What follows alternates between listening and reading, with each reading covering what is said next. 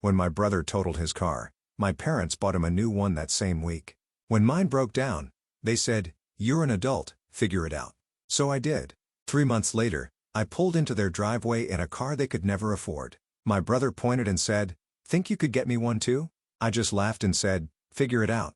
My name's Tyler, I'm 26, and if there's one thing you need to know about my family, it's that they have a golden child. His name is Zach, my younger brother by 2 years, and ever since we were kids, he's been the star. He got the better room, the bigger slice of cake, the louder applause. I used to tell myself I was just imagining it. Maybe I was too sensitive. Maybe I read too much into things. But as we got older, it got harder to ignore. Especially when it came to cars. Zach crashed his first one at 17, texting while driving. My parents were upset, for all of a week, then surprised him with a newer model, complete with a ribbon on top like it was some kind of prize.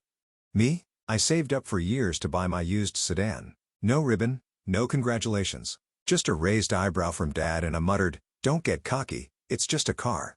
Still, I didn't say anything. I'd gotten used to fading into the background while Zach soaked up the spotlight. I studied hard, worked full-time during college, graduated without debt, and got a decent job in finance.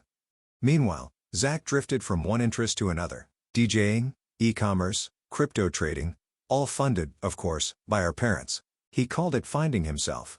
I called it freeloading. But again, I stayed quiet. I figured if I just kept doing my own thing, maybe they'd eventually see me for who I really was. Then came the moment that kicked off everything. It was a rainy Thursday when my car gave out. I'd been driving back from work, same commute I'd done 100 times before, when the engine sputtered and died right in the middle of the highway off-ramp. Towed it to the shop. Mechanic took one look and told me it wasn't worth fixing, transmission was shot, and a few other things were on their last legs too. I still remember standing in the garage, hearing the estimate, doing the math in my head, and realizing I couldn't swing a new car right away. Not unless I emptied out every cent I had. That night, I called my parents, not to beg or anything, just to talk.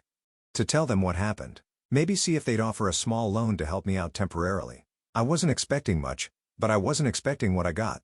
Dad sighed the moment I brought up car. "Tyler," he said, like I was a child who'd broken a vase, "you're an adult now.